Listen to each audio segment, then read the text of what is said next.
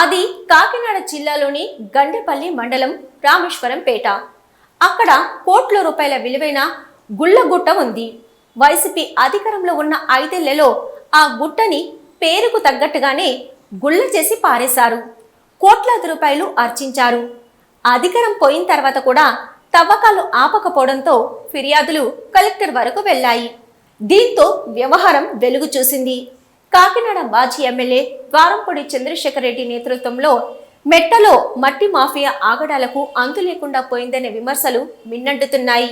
ఇప్పుడిప్పుడే ఒక్కొక్కటిగా వెలుగు చూస్తున్న అవినీతి అక్రమాలపై D5 న్యూస్ ప్రత్యేక కథనం.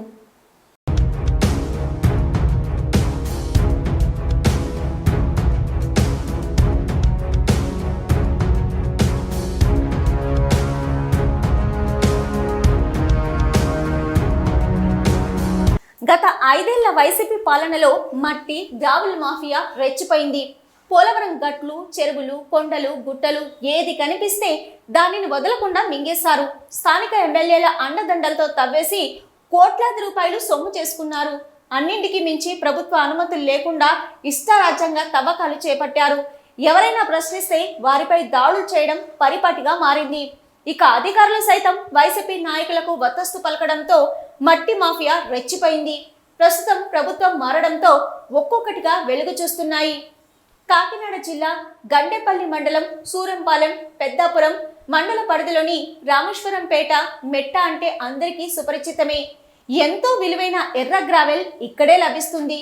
గతంలో ఎన్టీఆర్ ముఖ్యమంత్రిగా ఉన్న సమయంలో దళిత రైతులకు ఈ కొండ భూమిలో పట్టాలిచ్చి జీడి, మామిడి ఇంకా ఇతర అంతర్ పంటలను ప్రోత్సహించి జీవనోపాధి కల్పించారు.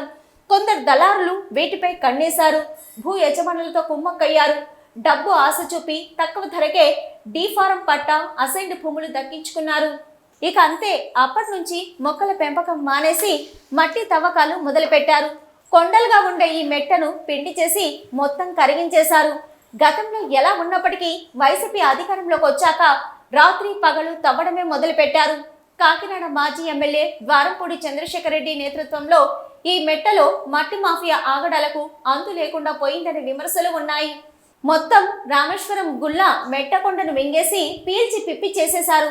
మరో 5 ఏళ్లు వారే అధికారంలో ఉంటే ఇక్కడ ఒకప్పుడు కొండలు ఉండేవని, పుస్తకాల్లో చదువుకునే పరిస్థితులు వచ్చేవని అంటున్నారు.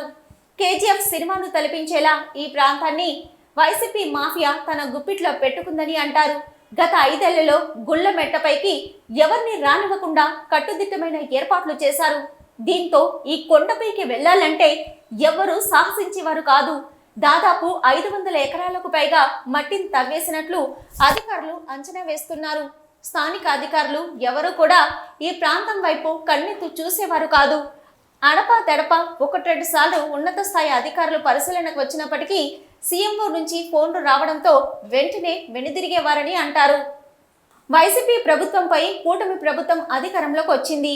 అయినా మట్టి తవ్వకాలు యథావిధిగానే జరిగాయి. ఇంకా పాతవారే తవ్వకాలు చేపడుతున్నారా లేక కొత్త మాఫియా తవ్వకాలు చేపడుతుందా అనేది తెలియని పరిస్థితి వచ్చింది. ఈ నేపథ్యంలోనే గత కొన్ని రోజుల నుంచి మెట్ట వద్ద మట్టి తరలింపు కోసం లారీలు భారీగా బారులు తీరాయి. దీనిపై ఉన్నతాధికారులను సంప్రదిస్తే తమకేమీ తెలియనట్లు చెప్పడంతో ప్రజలు ఏకంగా కలెక్టర్కి ఫిర్యాదు చేశారు. గుళ్ళమెట్ట అక్రమాలపై నూతన కలెక్టర్ షణ్మోహన్ సగ్లికి ఫిర్యాదులు రావడంతో తాజాగా సడన్ ఎంట్రీ ఇచ్చారు. అప్పటికే ఈ విషయం మట్టి మాఫియాకు తెలియడంతో JCBలు, లారీలతో సహా అక్కడి నుంచి ఉన్నట్లుండి పరారైపోయారు. అంతా సినిమాలో చూపించినట్టు సీన్ అంతా మాయమైపోయింది. తీరా కలెక్టర్ ఆ ప్రాంతానికి వెళ్లి చూసేసరికి ఆయన షాక్ తిన్నారు. అక్కడంతా నిర్మానుష్యంగా మారిపోయింది. అక్రమంగా తవ్వేసిన కొండను చూసిన కలెక్టర్ సంబంధిత స్థానిక అధికారులపై సీరియస్ అయ్యారు. వెంటనే సమగ్ర నివేదిక ఇవ్వాలని అధికారులను ఆదేశించారు. ప్రస్తుతం ఎటువంటి అనుమతులు లేవని, ప్రభుత్వ పనులకు మినహా ఇతర పనులకు గ్రావెల్ తవ్వకాలు తాత్కాలికంగా రద్దు చేసినట్లు కలెక్టర్ స్పష్టం చేశారు.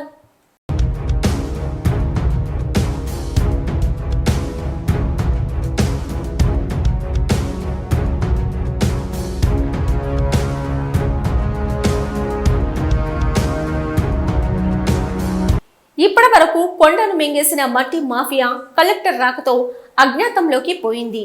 అయినా మళ్ళీ కొన్ని రోజుల్లో యథావిధిగా మట్టి తవ్వకాలు జరిగే అవకాశం ఉందని పలువురు పేర్కొంటున్నారు. ఉచిత సంపాదనకు అలవాటు పడిన తిమింగలాలు మంచి ఆకలి మీద ఉన్నాయని, ఇవెంతో కాలం ఖాళీగా ఉండవని అంటున్నారు. జిల్లా కలెక్టర్ దీన్ని ఎంతవరకు అరికట్టగలరో వేచి చూడాల్సిందే.